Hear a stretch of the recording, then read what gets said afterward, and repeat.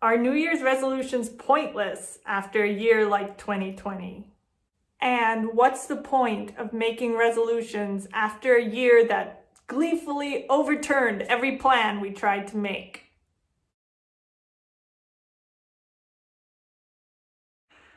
Today I wanted to talk about New Year's resolutions. 2020 was the year I was supposed to get my life back together. After about 3 years of walking troubles on and off, I'd finally gotten through the worst of it. I'd reached the point where I could finally be useful again in a job, but also just generally for other people, building new relationships as well as repairing and refreshing relationships that had fallen by the wayside while I was recovering. And then, of course, COVID happened. No jobs for anyone anymore. Also, stay home even though you can finally walk outside. You haven't seen anyone for a few years? Add another year to that. Why not? You felt useless when you weren't able to do anything. Well, now society will do its best to convince you that doing nothing is the best thing to do right now. Though deep down, you know you don't really believe them. You'll know deep down that you were made to be useful, even if there aren't any opportunities to do so. So was it kind of pointless that I resolved to do better this year? After all, the future can always laugh in your face. You can always be put in a position where you have no control over the things you need control of in order to change. Anyway, obviously I got through 2020 just like all of you did. In the end, I got over some of my hang-ups that were preventing me from doing some of my creative projects. Somehow it's always hard to convince yourself that creative things count as useful. But despite all of that, I did manage to create some things this year. But really, what's the point of resolutions? In a good year, everyone's forgotten about their resolutions by February. In a crazy year like this year, the future seems to laugh at the fact that we make plans. It gleefully rips your plans to shreds. Look at where you thought you would be. Well, the future thinks different. I don't know. I think there's a bit of a tension between being passive and being active. Being passive recognizes that you're just this little person in the big world, and almost every force that pushes you around is out of your control.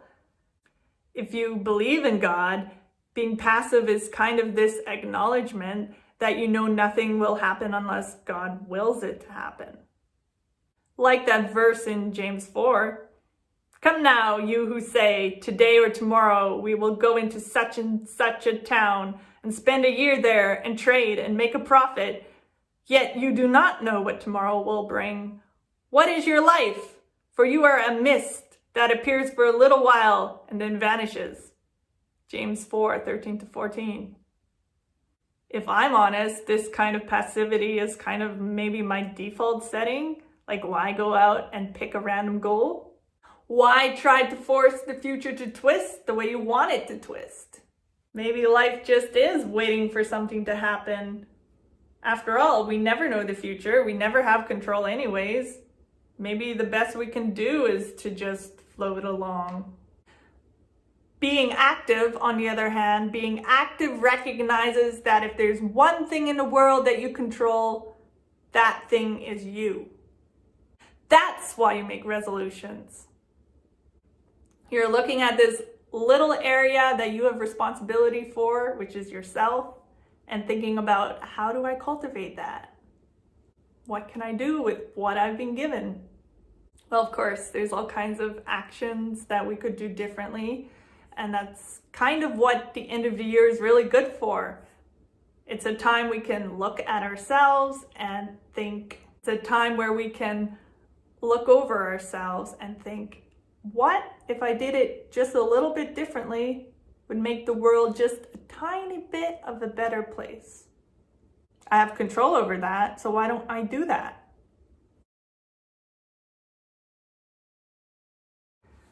So if passivity can be about recognizing that ultimately God has control over everything, being active can be about trusting God in a different way.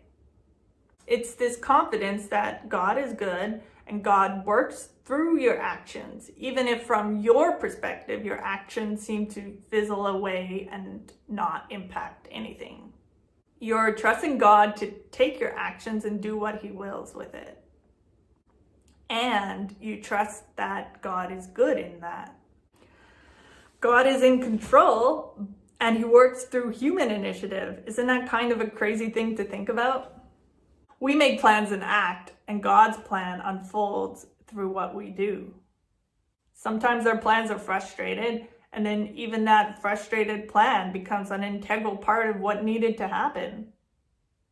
So I'm not saying that we should all go out and make resolutions, but what I am saying is that we shouldn't look back at the upheaval of this past year and resolve to never make a plan that the future can laugh at. We need to find the courage to make plans again, because this stumbling process of trying to reach for something and trying to achieve something is part of what living is. It's a part of what living is all about. Obviously, we should add DV to all of our plans. DV is an old Latin abbreviation for God willing.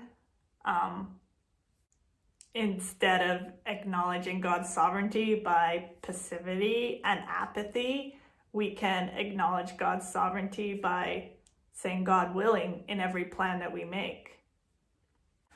So in the end, 2020 has taught me how much it is an expression of hope and confidence and trust to ever make a plan.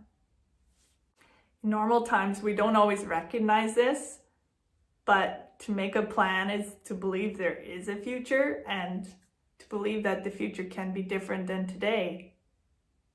So as Christians who believe in joy and hope and goodness, we can act out what we believe by working towards a future.